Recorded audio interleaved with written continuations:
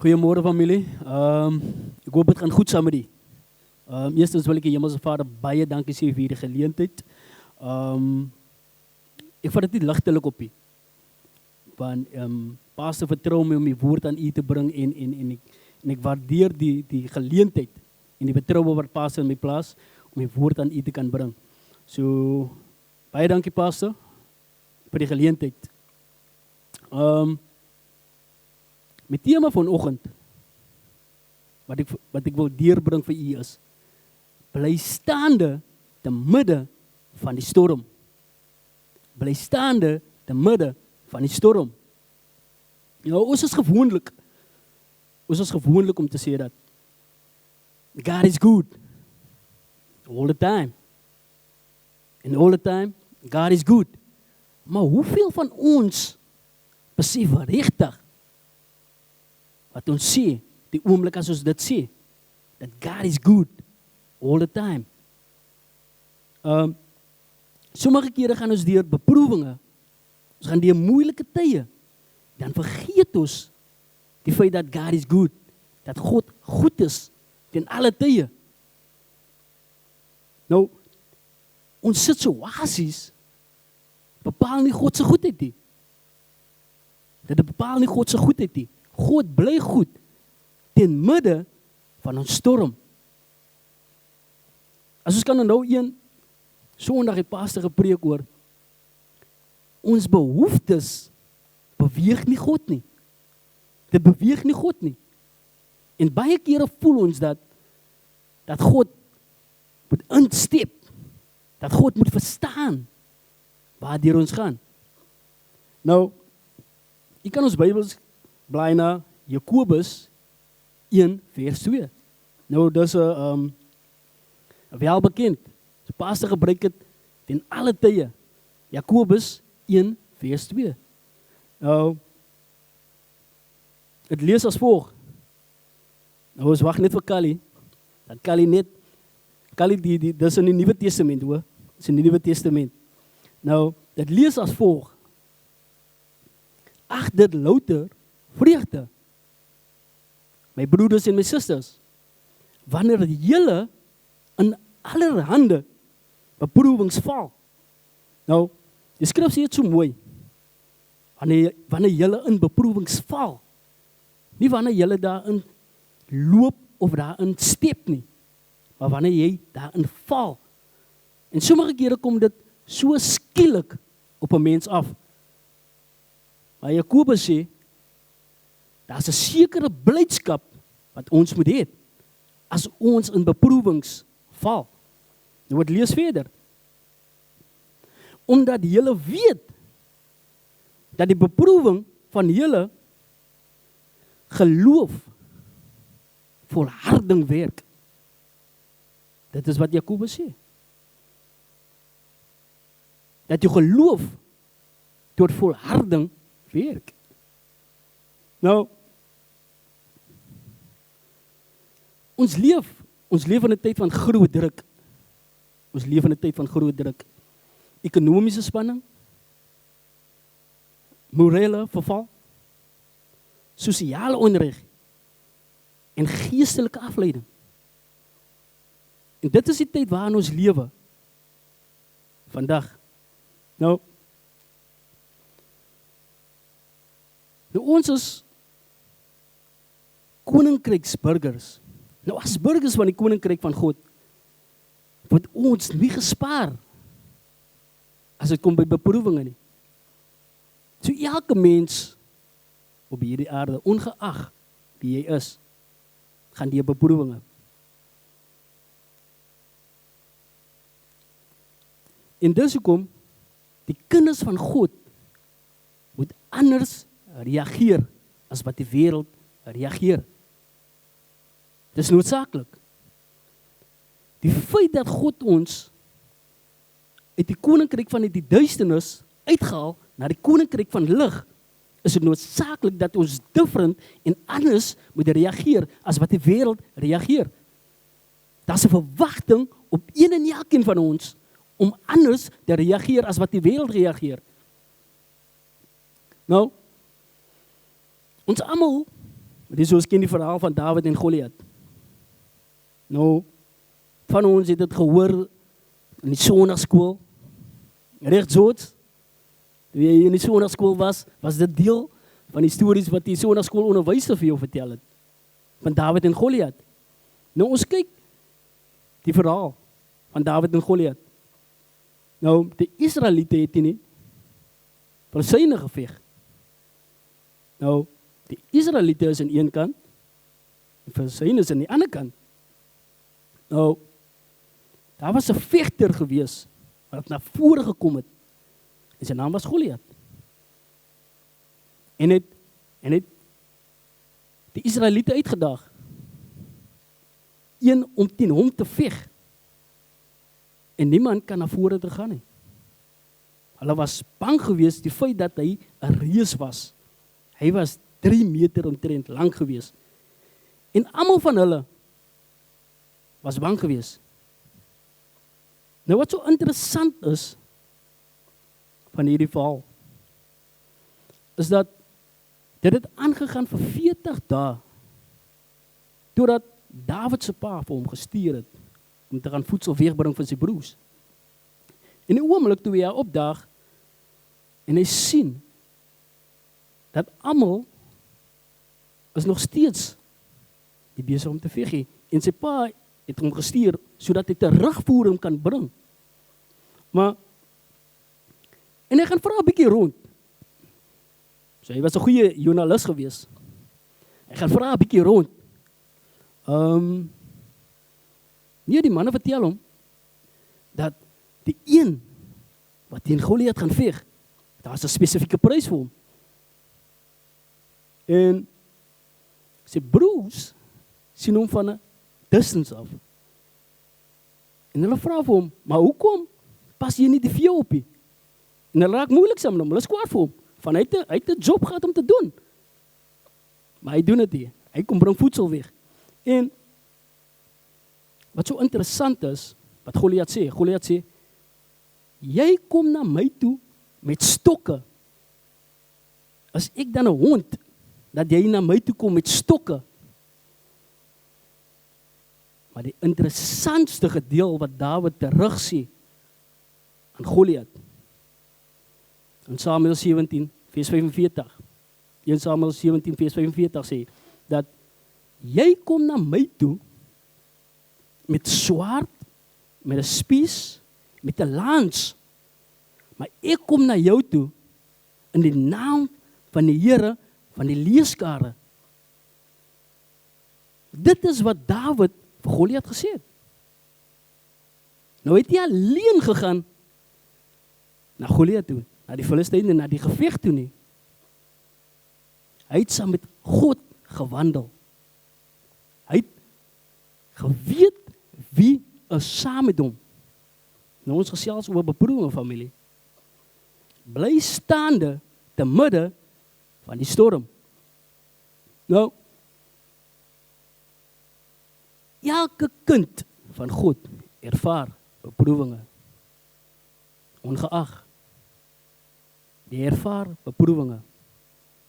Maar ons kyk vir Dawid en vir Goliat. Die hele volk, ewen die koning, was nie bereid om te veg nie. Hulle het na Goliat se hoogte gekyk en hulle het geweet dat hy 'n vegter is van jeug.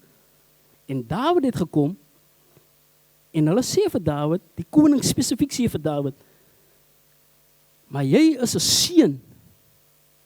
Hoe kan jy teen 'n vegter gaan veg, wat al die jare al veg van jeugtyd af? Maar Dawid het geweet dat God saam met hom is. Hy het geweet. En Dawid het vir Goliat oorwin. Nou die situasie, die beproewing vir dit is dat daar kom situasies in een en elkeen se lewe. Daar kom. Die feit dat ons kinders van God is, maar ons moet different anders reageer omtrent dit. En dit is hoekom Jakobus skryf dat. Al gaan dit moeilik, dan moet 'n blydskap in jou gesig wees. Dan moet 'n blydskap in jou gees wees. Al gaan dit moeilik.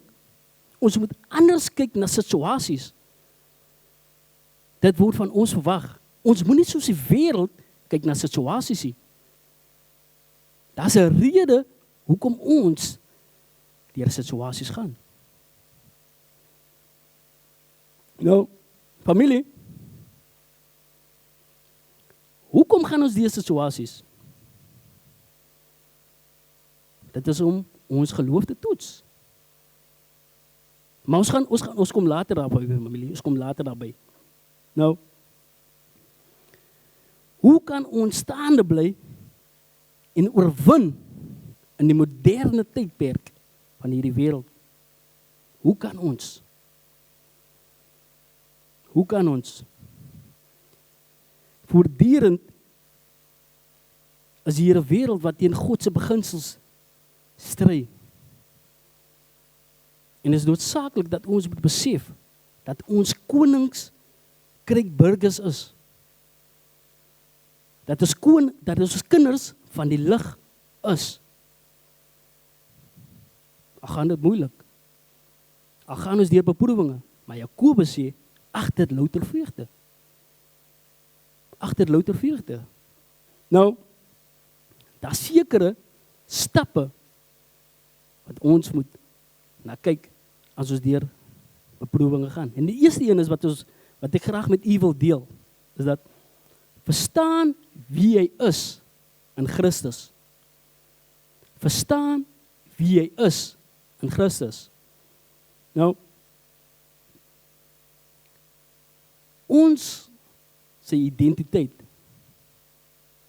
lê nie in ons beroep nie. Dit lê nie in ons burgerskap van watter land ons is nie. Dit lê nie in ons ekonomiese sukses nie. En baie kere is dat ons bereik 'n sekere posisie in dit wat ons behaal het in as ons kyk na ons beroep. As dit nou kom by 'n dokter, ingenieur, en dan vorm daardie titel vorm jou identiteit. Maar ons identiteit is eintlik in Christus in. Die feit dat jy wedergebore kom, lê ons identiteit in Christus in. Nou,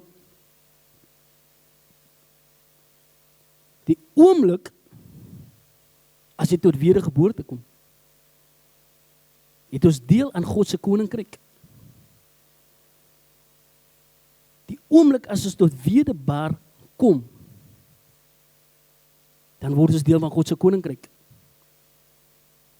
En ons word deel van God se familie. Koningskryk, burger. En dit is waar ons identiteit in lê. Nou, as koninkryksburgers leef ons volgens God se woord. Nie volgens die stelsel van die wêreld nie. Nie volgens die standaarde van die wêreld nie. Maar ons leef volgens die standaard van God se woord. Dit word verwag van ons om die woord van God te ken. Dit word verwag van ons om die woord van God te lees, te bestudeer. Want die woord van God gaan jou leer wie jy is in Christus in. Die wêreld kan jou nie sê wie jy is in Christus in nie. En baie kere die feit dat jy deur beproewinge gaan, dan wil ons kyk na die wêreld. Ons gaan na mense toe om ons te help. Maar die woord sê alleenlik, weet wie jy is in Christus in.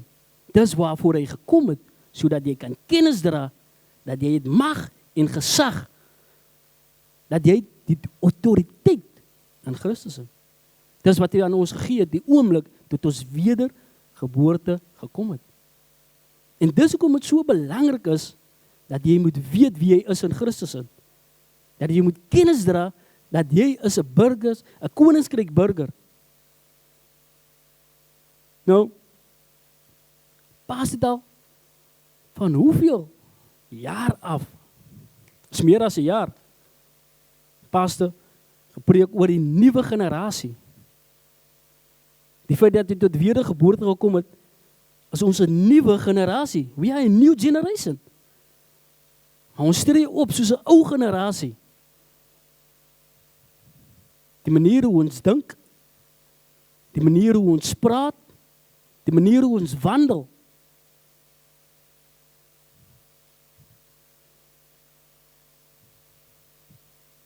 Ons moet tot op 'n stadium kom, familie, waar ons besef dat ons die nuwe generasie is. Ons moet openbaringskennis kry omtrent dit. Dat ons weet wie ons is in Christus. Ons sê dit gewoonlik, maar hy is in my, hy is by my. Maar ervaar ons, kennis besef ons die erns omtrent dit. Hy is in my en hy is by my. Dit klink mooi op die oor. Dit klink mooi op die oor. Hy is in my, hy is by my. Maar die oomblik, as ons deur beproewinge gaan, dan vergeet ons wie ons is in Christus. Dan vergeet ons dat hy is in my en hy is by my.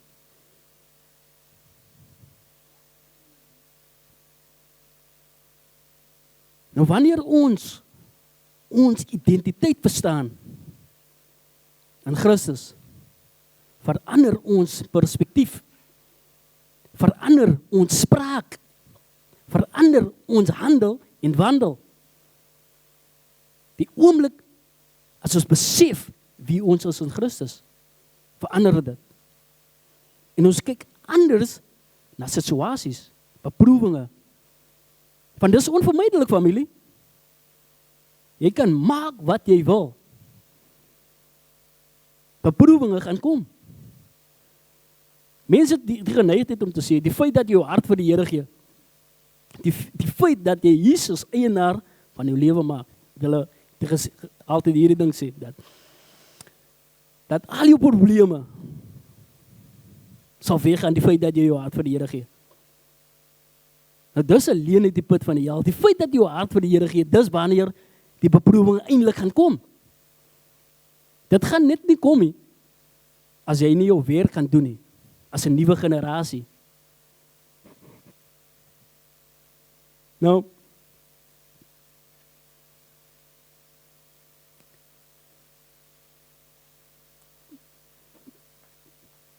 jy word nie gestraf. Jy word nie gestraf as jy deur beproewinge gaan nie.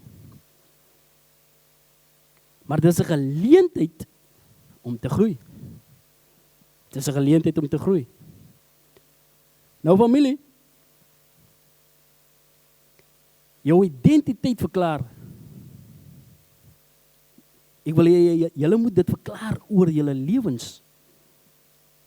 Philip, waar jy gaan, moet jy dit verklaar. Wanneer beproewinge kom oor jou, wanneer beproewinge in jou in die gesig staan, wanneer dit voor jou staan, soos Goliat voor Dawid gestaan het. So wanneer beproewinge voor jou staan, dan moet jy verklaar jou identiteit. Ek is 'n kind van God. Ek is meer as 'n oorwinnaar. Ek is 'n koning, Kali. Ek is 'n koning. Ek is 'n priester. Ek is 'n ambassadeur van die koninkryk van God. Ek is die tempel van God. Dit is wat jy moet verklaar. Moenie dat die situasie jou define nie. Maar weet wie jy is in Christus. Verklaar dit oor jou lewe. Want dit is wat die woord sê, wie jy is. Jy is regverdig verklaar. Jy behoort aan God. Dis hoekom dit so belangrik is, familie. Weet wie jy is in Christus. Weet wie jy is. En ons kyk vir Dawid. Dawid het geweet wie hy is in Christus. Hy het geweet presies wie hy is in Christus. Hy sê, dat jy kom met swaard. Hy sê dit vir Goliat, jy kom met swaard. Jy kom met 'n spies. Jy kom met 'n lans. Maar ek kom na jou toe in die naam van die Here van die leeskare. Dis wat hy sê. Dis wat hy sê. En die tweede gedeelte wat ek wil hê ons moet na kyk, familie, is dat daar's 'n doel vir beproewinge. Daar's 'n doel hoekom 'n mens deur beproewinge gaan. Nou, beproewinge is deel van elke mens, ongeag wie hy is. Ongeag wie hy is. Maar vir die kind van God, het dit egter 'n doel. En dit is God se manier om ons te vorm en ons te versterk. Jakobus herinner ons dat beproewinge nie toevallig gebeur in ons lewens nie. Maar dit is God se instrument om ons geloof te verdiep. Nou, beproewinge het twee sytakke. Die doel van beproewinge het twee sytakke. Die eerste een is dat beproewinge toets jou geloof. Dit toets jou geloof. Dit wys of jou geloof opreg is. Dit wys of jou geloof opreg is. Dis hoekom ons beproewinge kry. Nou soos goud in die vuur gesuiwer word ons geloof deur beproewinge verfyn. Nou 1 Petrus 1 vers 6 sê: Daarin verheug julle heel. Al word julle nou, as dit nodig is, 'n kort tydjie bedroef onder alle hande beproewinge. Per kort tydjie.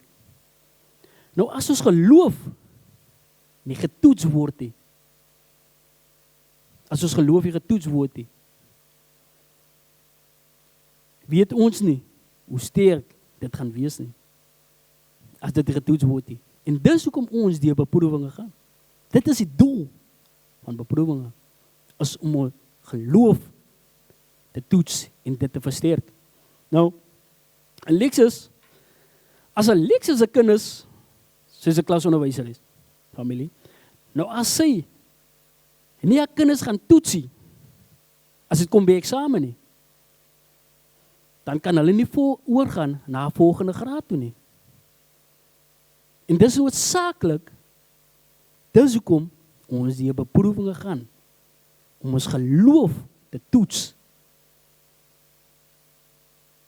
So, in die tweede sytak van beproewing is dat om jou karakter te vorm. Nou, weer eens familie, just bear with me. Ons hardloop so tussen David en ons hardloop vorentoe. So, David se karakter was gevorm toe hy teen die leeu's moet veg en toe hy die beere se bekke moet oopbreek om sy skapies, sy lammertjies te red. Nou daar was sy karakter gevorm. So hy het geweet dat God by hom is. Hy het geweet wat hy in staat is om te kan doen.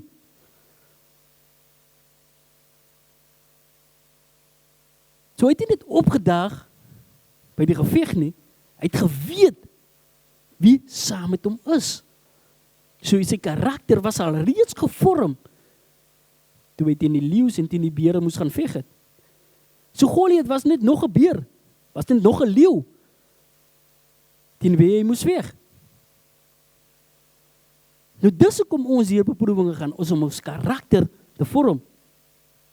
Nou Romeine 5 vers 3 sê, dat leer dat verdrukking lydsaam bewerk. En lydsaamheid bring karakter. Nou karakter word nie deur gemak gebou nie. Ons kyk vir Uncle Joseph. Sy spiere. Uncle Joseph het mos groot spiere. Maar as die manier hoe Uncle Joseph sy spiere kan bou as hy nie gym toe gaan nie. Reg, Kali? Sien hoekom jy jou mag het.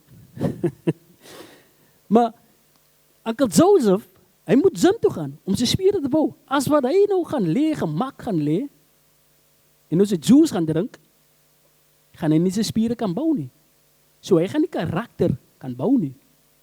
En dis hoekom dit so belangrik is, sommige kere gaan ons deur beproewinge om ons karakter na vore te versterk en karakter te kan vorm. Sodat ons integriteit kan hê. Koningsburgers van integriteit, deursettingsvermoë. En dis hoekom dit so belangrik is, manier hoe ons na beproewinge moet kyk. Ons siening omtrent dit moet verander.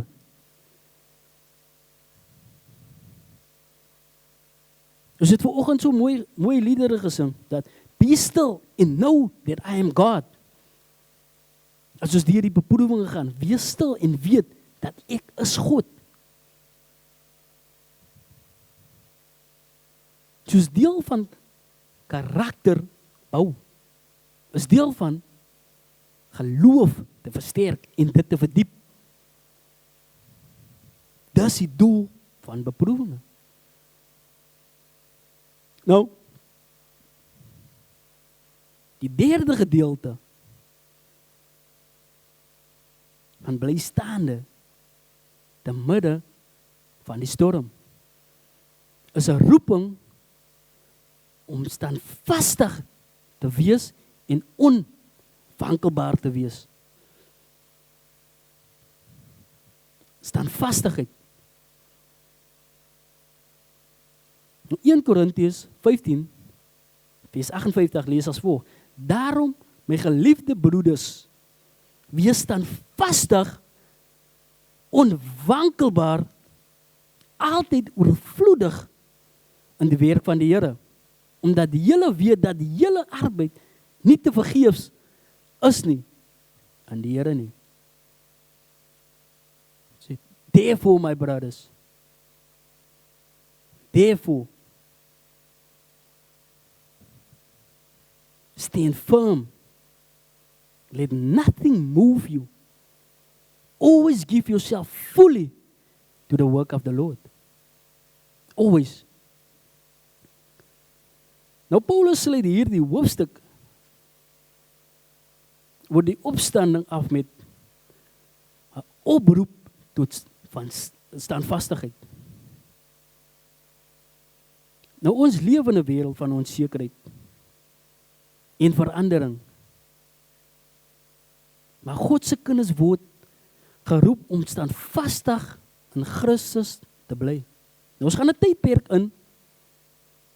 Soos ons gewoonlik sê, as dit kom by hierdie jaar, hierdie tyd van die jaar. Dit is feestydtyd, net al. So die gaming is gekoop al en die presente is al onder die Kersboom al. Die Kersliggies is al op al. En ons gaan so in so 'n tyd in. Waar ons gefokus word gedivers. Ons verloor fokus aan hierdie tydperk. En ons beginne wankelbaar raak. Want ons beginne kyk na die stelsel van die wêreld. En ons sê ons hierdie tyd, die jaar was lank gewees, ek is moeg. So ek wil net 'n bietjie rus, ek wil myself geniet. En dis waar die duiwel altyd inkom.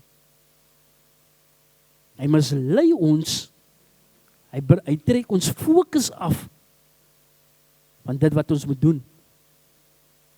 En ons begin wankelbaar raak, en ons staan nie vas op dit wat God sê nie.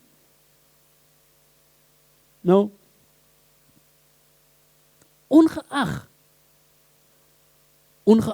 hoe dinge is buitekant, is haar 'n roeping en 'n opdrag op een en elkeen van ons om Jesus uit te neem. En daar gaan beproewinge kom. Die feit dat jy Jesus moet neem vir hierdie wêreld, wat so onstabiel is, wat so verander, moet jy Jesus nog steeds wees vir mense, daar buitekant. Dit is noodsaaklik. Nou, om standvastig te wees beteken om vas te staan in jou geloof. Lola al, dit die mense jou hoe, as jy kom by jou werk, as dit nou jou familie is, jou vriende, nog altyd standvastig staan. Ongeag wat die beproewinge op jou pad kom, moet jy nog altyd standvastig staan. En baie kere voel het dat niks wil uitwerkie. Alles voel die mekaar en dinge wil nie tot by 'n punt kom waar jy nou wel God se hand sien nie. Dis hoekom dit so belangrik is, hoe kyk ons na beproewinge? Ons moet standvastig staan in ons geloof. Nou, dis hoekom dit so interessant is, as ons kyk na bome. Ons moet soos 'n boom geplant wees, by strome van water. Nou sy wortels gaan so diep, dat hy standvastigheid het, dat hy onwankelbaar is. So wanneer die storms kom, dan bly hy staande. Want sy wortels is diep geanker in die woord. En so moet ons geanker wees in die woord van God. So moet ons geanker wees in die woord van God. Nou, het laat my dink aan in een projek wat ek wat ons besig is om te doen. Nou, toe ons gegrawe het, het ons sekere staal ingesit. Nou is gespesifiseer deur die ingenieur. Nou, hulle maak gewoonlik so 'n joke, hulle vra hulle, gaan hier 'n hotel gebou word, maar dit is net 'n huis wat ons bou, maar daar is soveel staal in daardie fondasie in, om seker te maak, dat die grond wat daarin gegooi word, dat dit nie weg moet druk die mure nie. Sodat die huis wat daar bo-op gebou is, kan staan vir jare. En dit is hoekom ons so moet diep gaan in die woord in. Die woord bestudeer. Die woord moet lees. Dit is hoekom dit so noodsaaklik is. Want dit is nie maklik om die staal te buig nie. En so moet dit so maklik wees, wanneer die beproewinge kom, dat jy gaan buig nie. Dat jy standvastigheid sal bly, onwankelbaar sal wees, wanneer die beproewinge kom. Van eerstens, jy weet wie jy is in Christus, en jy verstaan, dat beproewinge is om my geloof te versterk, en om my karakter te vorm. Dis hoekom ek standvastigheid het, dis hoekom ek onwankelbaar sal wees, dat ons 'n getuie sal wees, van mense daar buitekant. So as mense na Antidivinia sal kyk, dat hulle bewonder, maar hoekom staan die vrou nog steeds? Deur al die moeilike tye wat sy deurgegaan het, as gevolg van dit wat sy deurgegaan het, kan sy getuie wees, en sê, dis alleenlik deur God, wat saam met my is, soos Dawid gesê het. Ek kom na jou toe in die naam van die Here, van die leeskare. Dis hoekom dit so belangrik is, familie, dat ons woord moet weet, en dat ons in die krag van die woord sal moet verstaan.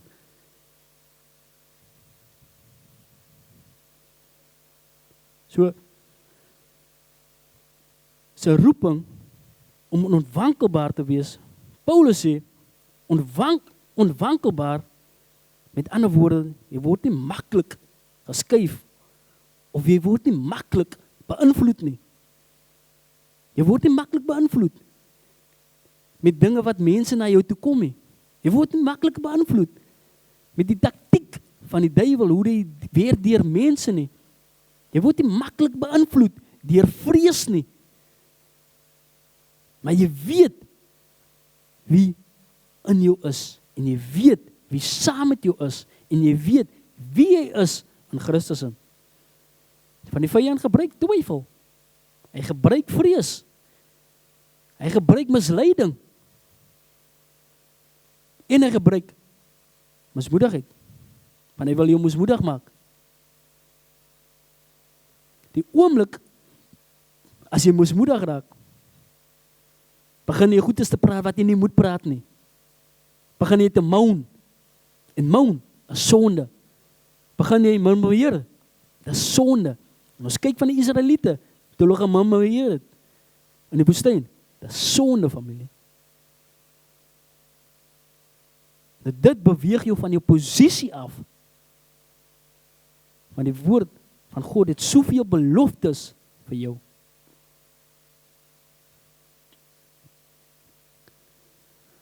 So moenie dat die mening van mense, die tendense van die wêreld, of die tydelike beproewing, jou skuif van jou posisie af nie.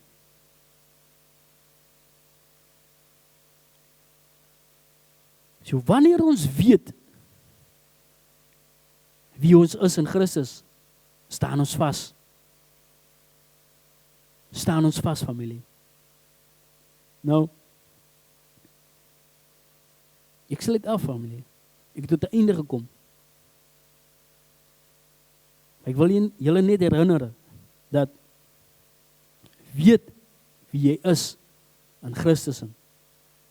Weet wie jy is in Christus in. En verstaan die doel van beproewinge. Beproewinge is om jou geloof te versterk. En is om jou karakter te vorm. En dit leer jou en dit bring jou tot 'n roeping om standvastig te wees aan die woord van God. Onwankelbaar te wees wanneer die winde waai. So baie dankie, familie. Ek hoop en ek vertrou dat die saad wat gesaai is vanoggend op vrugbare grond geval het en dat ons 160 en 30voudig vrug sal voortbring en dat ons 'n getuie sal wees van hierdie woord en dat ons 'n getuie sal wees van die koninkryk van God en dat ons besef dat ons is 'n nuwe generasie koninkryksburgers. Dat ons dit besef as ons hierdie week ingaan en dat ons 'n getuie sal bring Sondag en dat ons anders sal kyk na beproewinge. So baie dankie, familie. Amen. Dankie, pastor.